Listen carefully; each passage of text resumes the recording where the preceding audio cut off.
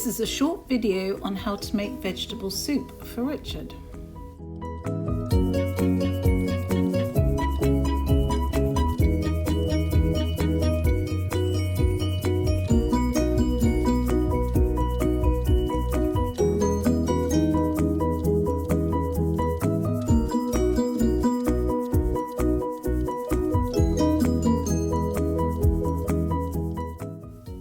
Add the tomato paste and a little bit of sugar if you have some.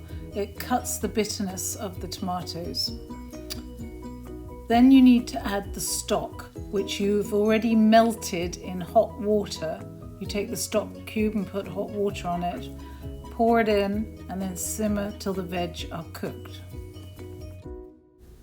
Bon appetit!